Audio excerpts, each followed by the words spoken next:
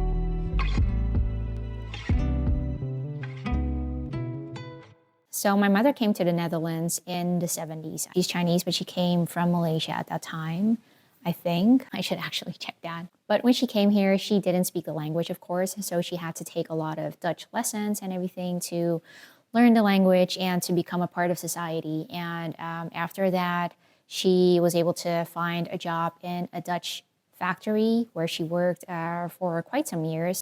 She also had to take on multiple jobs because my father left us at some point. So yeah, she's always had to work a lot of jobs in order to keep us alive and in order to give us the life that she wanted us to have. But yeah, it must have been really, really difficult for her to be in a country where she doesn't know the language, where she doesn't know the customs, where she doesn't know the laws and everything, and where she just had to do a lot of adjusting and trying to be a part of the community. I find it very courageous of first-generation immigrants to take that first step, to go somewhere, to a different country where you literally just know nothing and you just say, I'm gonna work my ass off to make everything work. That to me is courage, is power. So we're walking to Amsterdam Chinatown to record the promotional video for the crowdfunding. We're almost there, but I'm going to show you guys basically what Chinatown looks like in Amsterdam.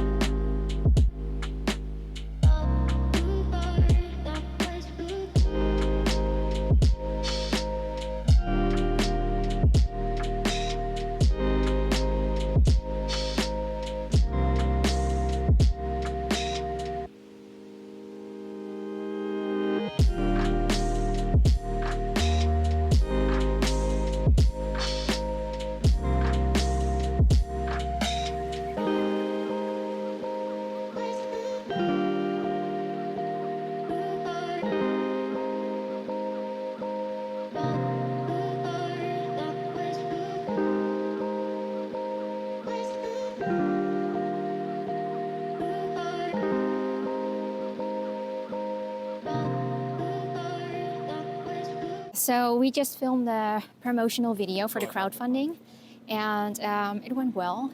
It is kind of a trip down memory lane to be here again because I have so many memories here, like coming here, doing grocery shopping at the Asian grocery store. I used to hang out here with my friends when I was young. We used to have boba here. Yeah, it's nice being back here again. Feels like very nostalgic and like so many memories. That really makes me look forward to starting this project, writing about Chinatown. I just really want to tell the stories of that time. So Kay and I are starting a crowdfunding campaign. It is for a book, Chinatown, that we plan to publish next year. It is basically going to be a book where we want to interview a lot of first-generation Chinese immigrants in the Netherlands. And we just want to talk about their stories of coming here, where they came from, how they felt, because the Netherlands was a very different place at that time. It was definitely not as multicultural as it is today. And, you know, those are the stories we want to hear. And how was Chinatown built? How were a lot of the Chinese businesses that we see today in Amsterdam built? And those stories we just want to hear. We want to document everything. I want to photograph all of these people and put everything together in a beautiful book and publish that as sort of homage to the previous generation, but also something that we can pass on to the future generation. Like my daughter, I would love for my daughter to have this as a book, something that she can have to understand the previous generations and everybody that walked before her to get her to this point, because all the chances that she's going to have now is because of what I have, and what I have is only because of what my mother was able to give me. So we're on our way to this new boba shop. It's called TK or TK. I don't know if you guys saw the controversy online of Simu Liu on Dragon's Den with the whole boba thing, but I thought this week it would be nice to support like all the boba shops in Amsterdam, because yeah, I do think that it is cultural appropriation for a company like that to take over an Asian culture and try to whitewash it basically by saying they have like healthy ingredients or transparent ingredients, which I think is just saying that anything ethnic is dirty or unfamiliar, and that's what the thing is all about. That to me is really cultural appropriation.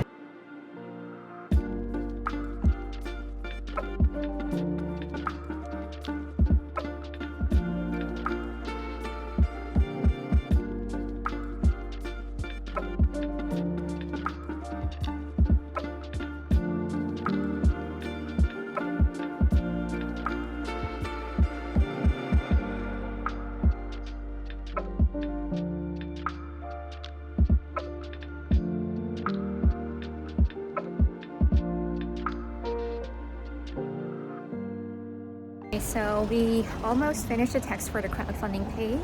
We received a little bit of feedback from the crowdfunding company, and we're adjusting some of the things. We have also randomly decided to put a Chinese text on the crowdfunding page, so that's going to take some time as well to put everything together in the right words and everything. But yeah, we're really happy with how everything is going, and we're really hoping that we can get everything live by the weekend.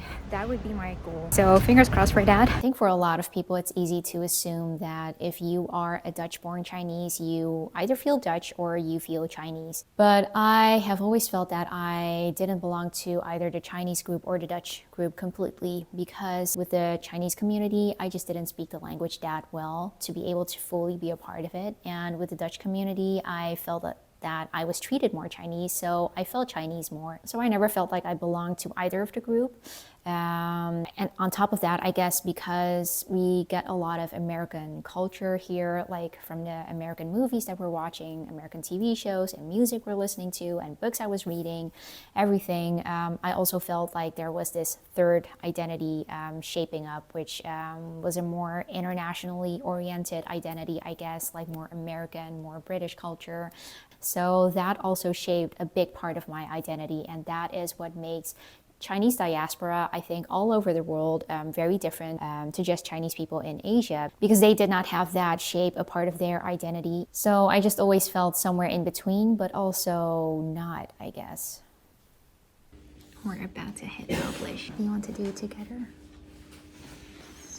I'm gonna do it. Yes.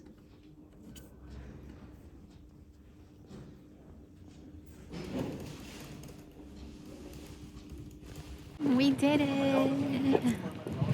How do you feel? Relieved? Yeah. Very much.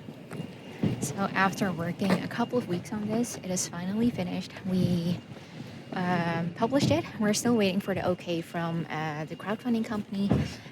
But yeah, it's done now. So now we wait. So everything is live. Wow. So we even wrote a text in Chinese. Rosie.